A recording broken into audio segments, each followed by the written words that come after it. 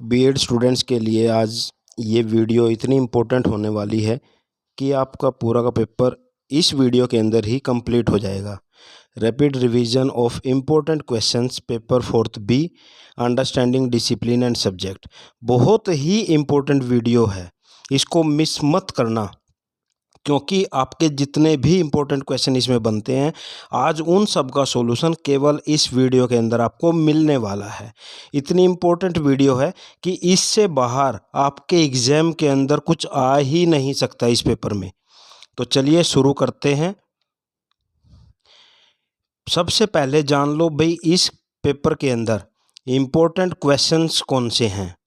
First question, what do you mean by discipline, nature, types and importance. सबसे पहले आपका जो क्वेश्चन है यही बन जाता है कि भाई डिसिप्लिन क्या है, उसकी नेचर क्या है, टाइप्स क्या हैं और इम्पोर्टेंस क्या है। नेक्स्ट आ जाता है role of discipline in knowledge, यानी आपका ये क्वेश्चन बन जाता है, एक इम्पोर्टेंट क्वेश्चन है। उसके बाद नेक्स्ट क्वेश्चन आ जाता है what do you mean by method, यानी जो मेथड होता है ना वो क्या है। मेरिट्स, उसकी मेरिट के बारे में पढ़ने वाले हैं, डीमेरिट्स के बारे में पढ़ने वाले हैं और सुजेशंस के बारे में पढ़ने वाले हैं। तो इस वीडियो में आज हम ये मेथड करेंगे। उसके बाद concept of curriculum, features, aims and objectives, importance और difference between syllabus and curriculum, text book, need and importance, qualities, suggestions, difference between magazines and journals, role of agencies और पैराडाइम। ये बहुत ही आज की आपकी वीडियो होने वाली है। तो सबसे पहले डिसिप्लिन के बारे में देख लेते हैं। डिसिप्लिन क्या होता है।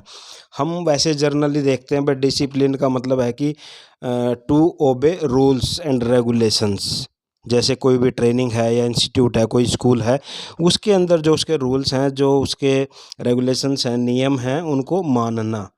But different meaning with academic discipline, लेकिन यहाँ पे डिसिप्लिन का जो अर्थ है वो आ जाता है अध्ययन क्षेत्र। अध्ययन क्षेत्र का मतलब होता है कि भाई हमें कौन कौन से विषय पढ़ने चाहिए या उनसे क्या बेनिफिट होता है।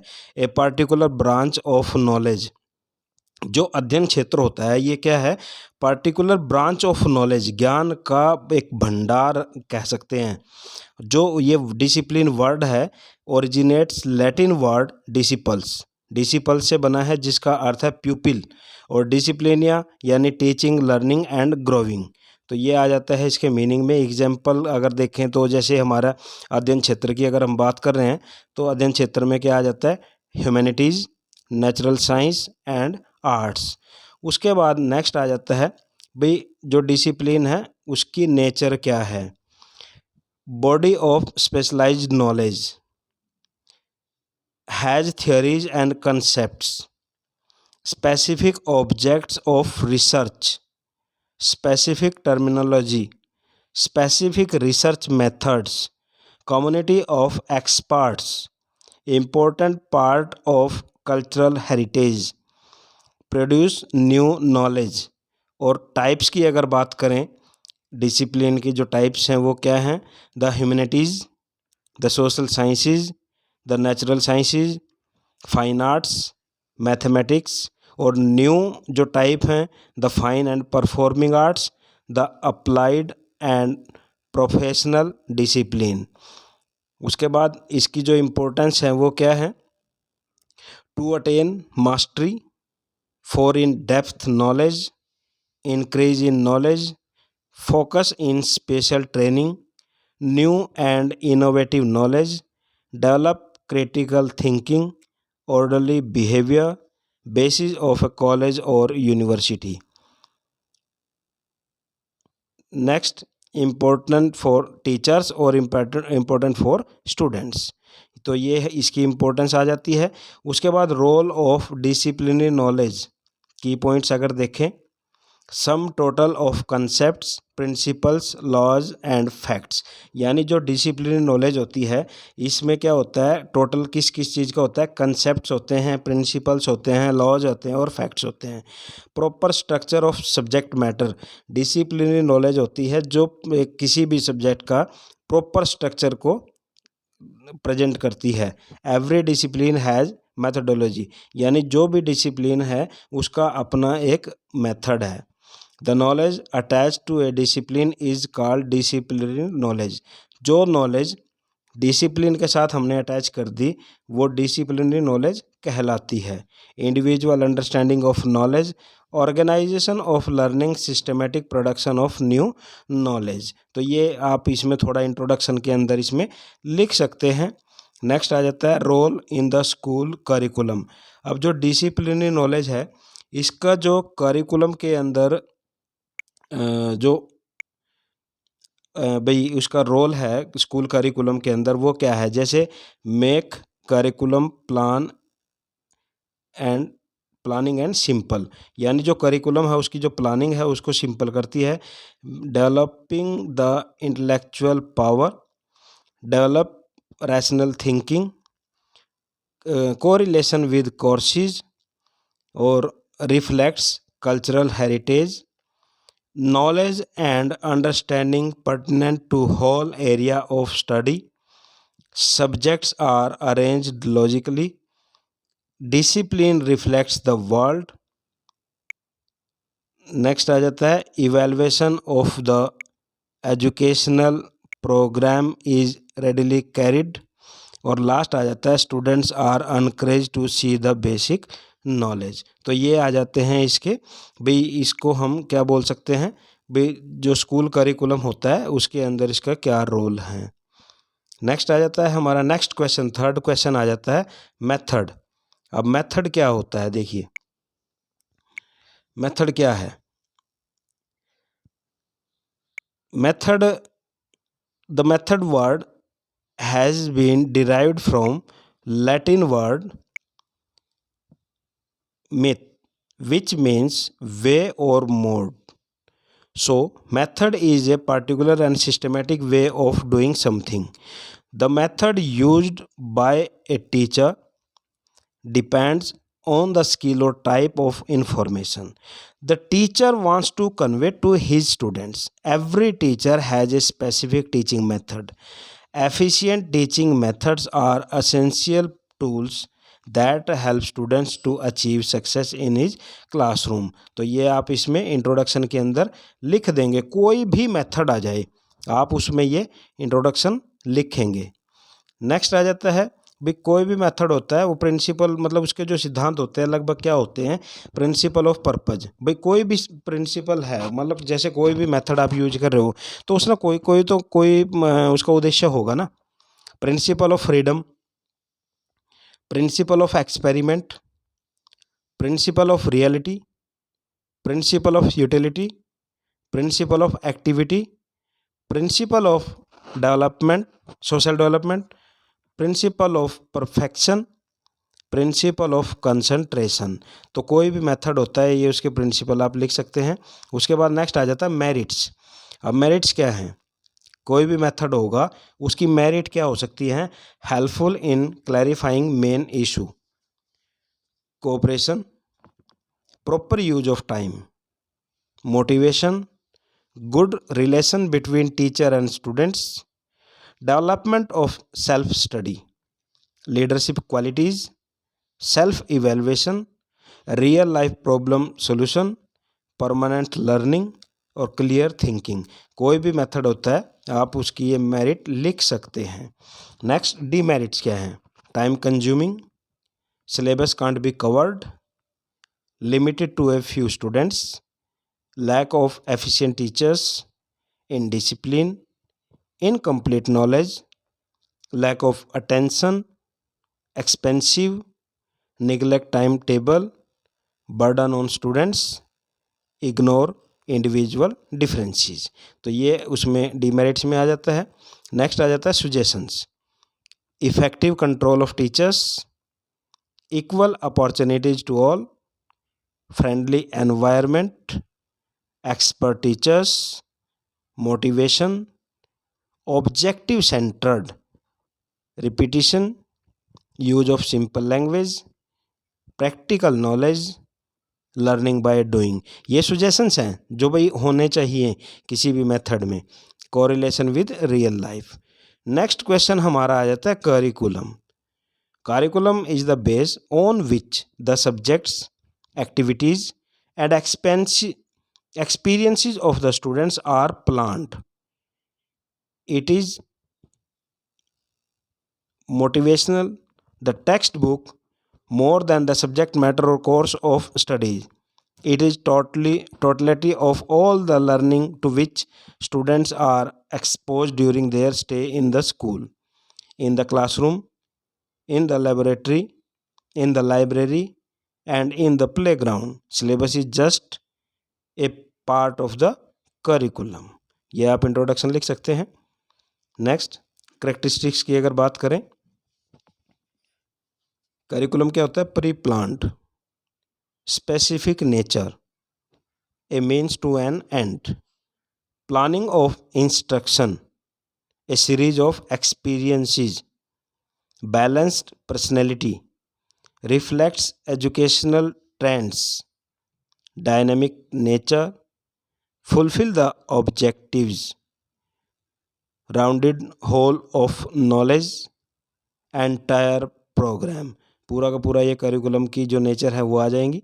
AIIMS and objectives, satisfaction of the students' need, development of knowledge, development of democratic values, addition of knowledge, harmony between individual and activity, creation of useful environment। ये एम्स एंड ऑब्जेक्टिव्स में आ जाएगा। Need and importance, achievement of AIIMS of education, education के जो M होते हैं उसको achieve करना, acquisition of knowledge, development of personality, development of cultural and civilization, development of character, social change, awareness of understanding, mode of interaction, discoveries and inventions, importance of for the teacher और importance for the students। Next आ जाता है अब syllabus और curriculum में क्या difference है। अगर ये क्वेश्चन आ जाता है, वीडियो मैंने पहले भी बना रखी है, डिस्क्रिप्शन में लिंक डाल दूंगा। पार्ट ऑफ करिकुलम, करिकुलम क्या है? एक होल एक्टिविटी है और जो सिलेबस है उसका एक छोटा सा पार्ट है। Includes content and subject matter, curriculum होता है उसके अंदर ऑलराउंड डेवलपमेंट देखी जाती है, लेकिन यहाँ पे केवल कंटेंट और subject matter. Emphasis only intellectual development, वहाँ ऑलराउंड डेवलपमेंट की बात हो रही है तो यहाँ पे केवल बौद्धिक स्तर की हो रही है। स्कोप इज नैरोवर, वहाँ पे जो करिकुलम का जो स्कोप है वो क्या है? ब्रॉडर, ये नैरोवर। ये सब्जेक्ट सेंटर्ड, वो चाइल्ड सेंटर्ड, वो प्रैक्टिकल, ये theoretical, syllabus theoretical. Promote cramming, syllabus क्या करता है? Promote cramming, does not bring change, only classroom activities related. तो ये आप अगर डिफरेंस आ जाता है तो आप 4 नंबर में या 8 नंबर में लिख सकते हैं। नेक्स्ट आ जाता है हमारा question text book. A text book is a book for the study of a subject. Students use textbook to learn and gain knowledge about facts and methods concerning their subjects. Textbook is a record of rational thinking organized for instructional purposes. These are integral part of modern education system. Through proper utilization of textbook, the teacher can perform his duties efficiently and effectively. तो text book अगर आ जाता है तो ये आप ये introduction लिख सकते हैं। Next, need and importance of text books. यहाँ मैं पॉइंट लिख रहा हूँ, आपने 2-2, 4-4 लाइन के अंदर इनको एक्सप्लेन भी करना है।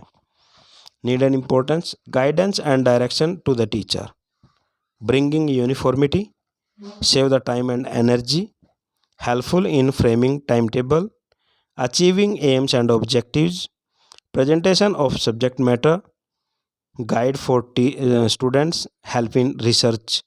ये अलग अलग पॉइंट लिखे हुए हैं मैंने, तो आप इसमें कर सकते हैं।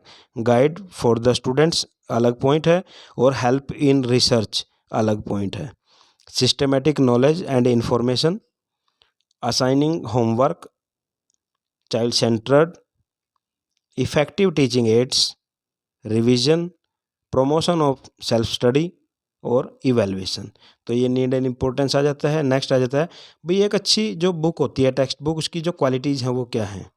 Student centred, complete subject matter, printing जो उसकी अच्छी होनी चाहिए, प्राइस जो हर एक व्यक्ति उसको खरीद सके, simple and interesting language, exercises उसमें होने चाहिए, होमवर्क स्टूडेंट्स के लिए होना चाहिए, latest and up to date, मतलब ये चीज़ें उसमें होती हैं, अकॉर्डिंग टू लेवल, बच्चों के लेवल के अकॉर्डिंग होती हैं, helpful tips for teachers, teachers के लिए हेल्पफुल टिप्स होते हैं, और रेगुलर मॉडिफिकेशन होते रहते हैं। अब सजेशंस क्या हैं? अगर आपको लगता है भाई कुछ कमियां रह जाती हैं, फिजिकल प्रॉपर्टीज़, फिजिकल प्रॉपर्टी का मतलब होता है उसकी जो अपीयरेंस है टेक्स्ट बुक की वो कैसी होनी चाहिए, उसकी प्रिंटिंग है, उसकी जो मान लो रिटर्न है, लिखाई है, उसका जो पेपर है वो कैसा होना चाहिए। Identifying problems, promote the creative discovery, readability, legibility of print, illustration, vocabulary, knowledge of the nature of the students, advanced organizers, availability, syntax already familiar to the reader। तो ये आप उसमें लिख सकते हैं। नेक्स्ट आ जाता है हमारा क्वेश्चन 4 नंबर में आपका आ सकता है मैगजीन्स और जर्नल्स में क्या डिफरेंस है। Printed on glossy paper include advertisement attractive in appearance, यानी जो हमारी जो मैगजीन्स होती हैं वो क्या होती हैं? Printed on glossy paper, include advertisements होती हैं, अट्रैक्टिव उसकी अपीयरेंस होती है। लेकिन journal contain graphs and charts, no glossy pages. जो मैगजीन्स होती हैं जर्नल पब्लिक के लिए होती हैं, लेकिन जो जर्नल्स होते हैं स्कॉलर्स, रिसर्चर्स एंड स्टूडेंट्स के लिए होते हैं। जो मैगजीन्स होती हैं प्रोवाइड जर्नल इन्फॉर्मेशन, और जो जर्नल्स होते हैं रिपोर्ट ऑन और रिव्यू ओरिजिनल रिसर्च। जो मैगजीन्स होती हैं पब्लिश्ड वीकली और मंथली, और जर्नल्स पब्लिश्ड मंथली और quarterly. Magazines language used is understandable to everyone. Language aimed mainly at the scholarly people with special terminology. Magazines, the articles published are brief and give broad overview of the topic written. Journals, they contain elaborate write-ups and provide in-depth knowledge. Magazines, articles written by hired reporters, edited by magazines editors. Or journals often undergo a peer review process. Sources may be mentioned in the text of articles, sometimes cited for new article but rarely cited sources in footnotes और bibliography। तो ये इसमें आ जा सकता है। Next question हमारा आ जाता है पैराडाइम शिफ्ट। पैराडाइम शिफ्ट क्या होती है? A paradigm shift a major change in how people think and get things. People जो सोचते हैं वो कैसे सोचते हैं, कैसे वस्तुओं को प्राप्त करते हैं, पैराडाइम ये कहता है। So results after some revolutionary invention और डिस्कवरी, यानी जो रिजल्ट शो करता है। The concept was first formalised by physicist and philosophers of science Thomas कुहन।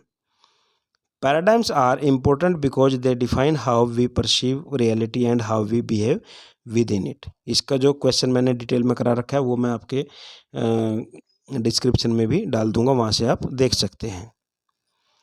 Social science के अंदर पैराडाइम क्या करता है?